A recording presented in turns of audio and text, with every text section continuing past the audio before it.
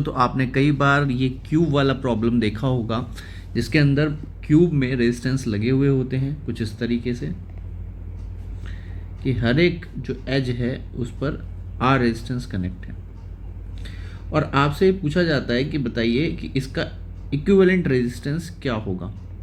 और कनेक्शन जो है कुछ इस तरीके से किए जाते हैं कि कभी आपको एजेस के अक्रॉस, कभी जो है जैसे ये दो अपोजिट कॉर्नर के अक्रॉस आपसे रेजिस्टेंस पूछ लिया, या आपसे यहाँ कनेक्ट कर दिया फेस डायगोनल पर, या आपका एज पे कनेक्ट कर दिया, तो इसको हम बोलते हैं ये वाला जो है ये कनेक्शन है, ये बॉडी डायगोनल पर है, ठीक है। इसको हम बोलते हैं कि ये फेस डायगोनल पर है और ये एज पर है, ठीक है। तो इनके आंसर्स वैसे तो आप याद कर सकते हैं, पैटर्न मैं आपको बता देता हूँ याद करने का। एज के लिए, फेस के लिए और बॉडी के लिए आपने लिखना है। उसके बाद आपने सिंपली ऐसे लिखना है 1 2 फिर 3 4 5 6 7, दैट्स इट। बस ये ध्यान रखिए कि पहले एज आता है, फिर फेस आता है, फिर बॉडी आती है। ये तो आप आसानी से याद रख सकते हैं कि पहले एज बनाना है, फिर फेस बनाना है, फिर बॉडी बनानी है। और याद करने का तरीका सिंपल, 1 2 3 4 5 6 एंड 7। अब हम बात करते हैं कि आया कैसे है, निकाल के देखते हैं, ठीक है। वो तो याद करना तो इसलिए अच्छा है कि आप अगर मान लीजिए पेपर में एग्ज़ाम में बैठे हैं तो आपको एमसीक्यू ऑप्शन मिल जाता है, तो आप डायरेक्टली अपना टाइम बचा सकते हैं। बट अब हम बात करें कि सॉल्व कैसे किया गया है, तो चलिए उस पर डिस्कशन करते हैं। तो सबसे पहले हम इस वाले को सेलेक्ट कर लेते हैं। तो चलिए अब हम इसको सॉल्व करते हैं। सबसे पहले हम यहाँ से करंट भेजेंगे आई, और ये जो मैंने आई करंट भेजा है इसको हम डिवाइड कर लेते हैं। ये आई करंट डिवाइड हो जाएगा 3 पार्ट्स में, तो इसका मतलब I/3 यहाँ से पहुँचेगा। फिर ये I/3 फिर से डिवाइड हो जाएगा 2 पार्ट्स में, तो ये बन जाएगा I/6, एंड वापस से यहाँ पर I/3 मर्ज हो जाएगा, एंड देन I, क्योंकि यहाँ से भी I/3 आएगा, यहाँ से भी I/3 आएगा। क्लियर? तो हमें एक पाथ मिल गया, कौन सा? ये वाला पाथ हमें मिल गया कि भाई हम अगर ऐसे चले इस तरीके से, तो हम वापस वहीं पहुंच जाएंगे जहां हमें जाना है, बी पॉइंट पे, ठीक है। अब इसको सॉल्व कैसे करना है? तो सिंपल है कि V = IR होता है। तो IR इक्विवेलेंट मुझे निकालना है कि इन सबको हटा करके मेरे पास एक रेजिस्टेंस होना चाहिए जिसके अक्रॉस V पोटेंशियल हो, I करंट फ्लो करे और R उसका इक्विवेलेंट रेजिस्टेंस। अब पोटेंशियल इक्वेशन जब मैं लिखूंगा तो यहाँ से स्टार्ट करूँगा A पॉइंट से, तो ये हो गए I/3 इंटू में R प्लस I/6 इंटू में R प्लस I/3 इंटू में R। तो this is 2I/3 into R plus I/6 into R। इसका एलसीएम लेंगे तो ये बन जाएगा 4 divided by 6, it means 5/6 IR, and this is equal to R equivalent, I से I cancel, R equivalent will be 5/6 R कर सकते हैं। अब हम चलते हैं अपने नेक्स्ट केस की तरफ। नेक्स्ट केस क्या है वो देखते हैं।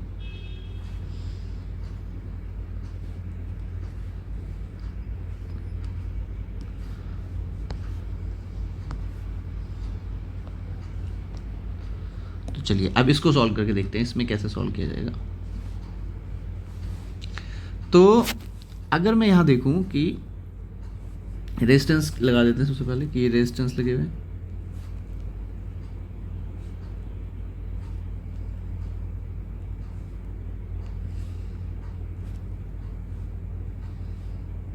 ये हमने रेजिस्टेंस कनेक्ट कर दिया। अब चलिए शुरू करते हैं। तो देखिए कैसे इसको कैलकुलेट किया जा सकता है। अगर मैं इस बॉक्स को देखूं, आप अगर किसी बॉक्स को इधर से देखें, इधर से इस तरफ से देखें, तो आपको कैसा दिखेगा ये बॉक्स? एक ऐसा बॉक्स दिखेगा रखा हुआ, ठीक है, जिसके इस एंड और इस एंड पे ए बी है, और जो ये पीछे वाला फेस है इसको मैं छोटा बना रहा हूँ ताकि आप ये देख सकें कि भाई दोनों फेसेस आपको दिखेंगे, ठीक है। ये वाला फेस जो है, ये वाला मैं यहाँ पर शेड कर देता हूँ, तो ये वाला फेस है, ठीक है, फ्रंट फेस। फ्रंट फेस किसे कह रहे हैं हम? फ्रंट फेस इस वाले को कह रहे हैं, ठीक है, ये पूरा फ्रंट फेस है। फिर जो बैक फेस है, ठीक है, इसका ये वाला जो बैक फेस है, ये वाला जो देख रहे हैं आप बैक फेस, ये मैंने यहां बनाया। क्लियर? तो जैसे आप किसी बॉक्स को टॉप व्यू से देखें, तो टॉप से देखेंगे तो आपको जाहिर सी बात है, अगर आप दोनों को बराबर रख देंगे तो आप समझ ही नहीं पाएंगे कौन सा फेस कहाँ पर है, इसलिए मैंने एक को छोटा एक को बड़ा बनाया। अब दूसरी चीज़ मुझे क्या करनी है? दूसरी चीज़ मुझे यहाँ पे ये करनी है कि मुझे इन्हें कनेक्ट करना है, क्योंकि ये जो है इस एजेस से कनेक्ट है, ये वाले एजेस से कनेक्ट है, तो ये एजेस से यहाँ पे कनेक्ट कर दिया मैंने इसको। अब ये सिंपल सर्किट बन गया बेटा, है ना, ये सिंपल सर्किट बना दिया हमने, जो कि कुछ ऐसा दिखाई दे रहा है कनेक्शन के बाद। आई होप आप एंजॉय कर रहे होगे कि इसको किस तरीके से हम कॉम्प्लिकेटेड सिचुएशन को इजी तरीके से टैकल कर पा रहे हैं। अब आपको क्या करना है? आपको मिरर सिमेट्री लगानी है। मिरर सिमेट्री किसके अबाउट होती है? हमेशा ए और बी के परपेंडिकुलर जब आप ड्रॉ करेंगे तो फिर ये वाला रेजिस्टेंस और ये वाला रेजिस्टेंस एलिमिनेट हो जाएगा। अब ये सर्किट और इजी हो जाएगा। जैसे ही मैंने इसको एलिमिनेट किया, इसको थोड़ा सीधा कर लेते हैं हम, ये कुछ ऐसा। अब जैसे ही मैंने इसे एलिमिनेट किया तो क्या हुआ कि अब ये सर्किट कुछ ऐसा हो गया, एक रेजिस्टेंस, दूसरा रेजिस्टेंस, फिर यहाँ से ये तीसरा रेजिस्टेंस ऐसे आया, फिर ऐसे रेजिस्टेंस लगाए, फिर ऐसे रेजिस्टेंस लगाए, फिर एक रेजिस्टेंस यहाँ लगा और ये कनेक्ट। ऐसे यहाँ से एक रेजिस्टेंस आ रहा है, यहाँ से भी एक रेजिस्टेंस आ रहा है, यहाँ से ये रेजिस्टेंस आ गया और इधर से हम ऐसे चले, यहाँ से एक रेजिस्टेंस आया, कनेक्ट किया, and then these are connected. ठीक है, this value is R R R R R R. Okay, so अब हम बात करते हैं कि इन दोनों का कॉम्बिनेशन क्या बनेगा। तो ऊपर वाले दोनों का कॉम्बिनेशन क्या बनेगा? That is 2R। इन दोनों का कॉम्बिनेशन भी 2R बनेगा। तो यहाँ पर एक R लगा हुआ है ऑलरेडी, ये वाला, तो इस R को लगाया एंड दिस इज 2R। फिर यहाँ पर एक रेजिस्टेंस लगाया तो ये लगा दिया हमने।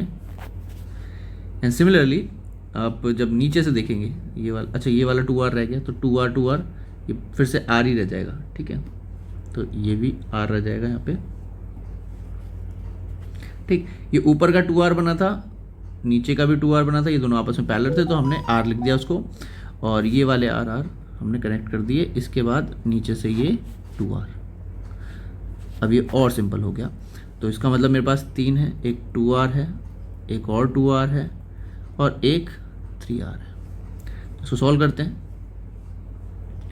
तो अगर आप इसे सॉल्व करेंगे तो ये बन जाएगा आपका 2/2R plus 1/3R and then it is 1/R plus 3R, so it is 4/3R, 1/R equivalent. So R equivalent is 3R/4. So this is how we solve this question. ठीक है, अब हम चलते हैं अपने तीसरे वाले पर। तीसरा पैटर्न क्या है? एज का। तीसरा एज का पैटर्न है, इसको उठाते हैं, एक सेकेंड। चलिए अब हम अपने तीसरे पैटर्न को सॉल्व करते हैं कि इसमें कैसे सॉल्व किया जाएगा।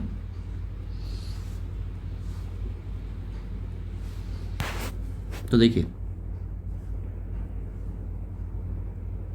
रेजिस्टेंस लगा देते हैं सबसे पहले।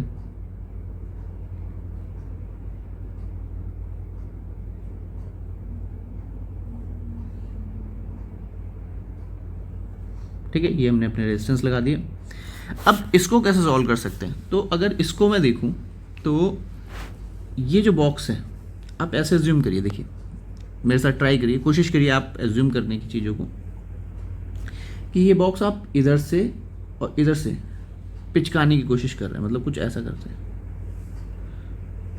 दबा रहे हैं उस बॉक्स को।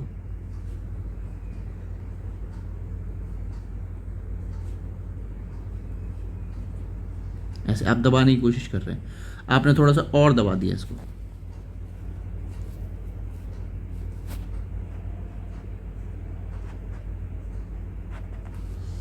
तो ऐसा हो जाएगा ये, है ना। मैं पिचकाता जा रहा हूँ इसको फोर्स लगा करके, तो ये ऐसा पिचक के ऐसा हो जाएगा। तो ये कैसा रह जाएगा, फाइनली कैसा रह जाएगा, तो फाइनल लुक अगर मैं इसका देखूँ तो कुछ ऐसा आएगा। ये पूरा पिचक गया, ये वाली लाइन ये रही, ये वाली लाइन ये रही, ये वाली लाइन ये रही, ये वाली और ये वाली का कॉम्बिनेशन ये रहा, ये रहा, ये रहा और ये रहा। बात समझ में आई कि ये पिचक के ऐसा हो गया, मतलब आपने इसको कुछ इस तरीके का बना दिया। अब रेजिस्टेंस कैसे लगे हुए, तो देखो जब पिचकाया गया तो ये वाला रेजिस्टेंस और ये वाले रेजिस्टेंस के पैरेलल कोई नहीं आया, तो इसका मतलब इसका वैल्यू आर है, इसका वैल्यू आर है। पर जब पिचकाया जाएगा तो ये वाला रेजिस्टेंस इसके साथ पैरेलल में आ जाएगा, तो इसका रेजिस्टेंस हो जाएगा R/2, ऐसे ही इसका रेजिस्टेंस भी हो जाएगा R/2। ये वाली लाइन इसके साथ पैरेलल में आ जाएगी, तो इसका रेजिस्टेंस हो जाएगा R/2, इसका भी रेजिस्टेंस हो जाएगा R/2, इसका रेजिस्टेंस हो जाएगा R/2। बात समझ में आई। अब आप इसको आसानी से सॉल्व कर सकते हैं। ऊपर कितना है टोटल, ये वाला मिला के R/2 2 R रह जाएगा और R 2R बन जाएगा, तो 2R बन गया ये। अब 2R किसके साथ कनेक्टेड है, R/2 के साथ कनेक्टेड है, और बाकी एक R/2 इधर है, एक R/2 इधर है और एक R इधर है। तो अब हम इसको सॉल्व कर लेते हैं। तो ये पैरेलल है, तो पैरेलल के लिए हम फॉर्मूला लगा देंगे 2R इंटू में R/2,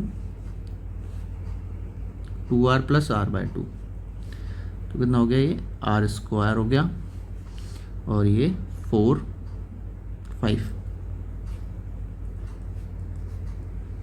2R/5 हो गया।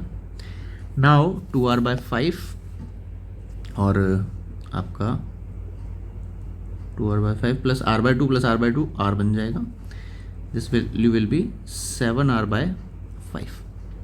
तो ये हो गया 7R/5। अब 7R/5 जो है वो पैरेलल में है 1/R के साथ, तो 1/R प्लस 7, एक सेकेंड, R,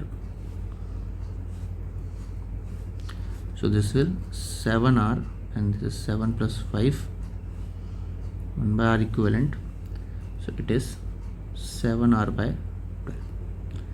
तो इस तरीके से आप इसको सॉल्व कर सकते थे। ये प्रॉब्लम आपको कई बार एग्जाम में पूछी जाती है। अगर सॉल्व करने के लिए आ जाए तो कुछ इस तरीके से आप सॉल्व करेंगे, और अगर हम बात करें कि जो है डायरेक्ट इसका आंसर क्या होगा, तो वो भी हम बड़े आसानी से पैटर्न को याद कर सकते हैं। पैटर्न स्टार्टिंग में मैंने आपको जैसे याद कराया था आप वैसे याद कर सकते हैं।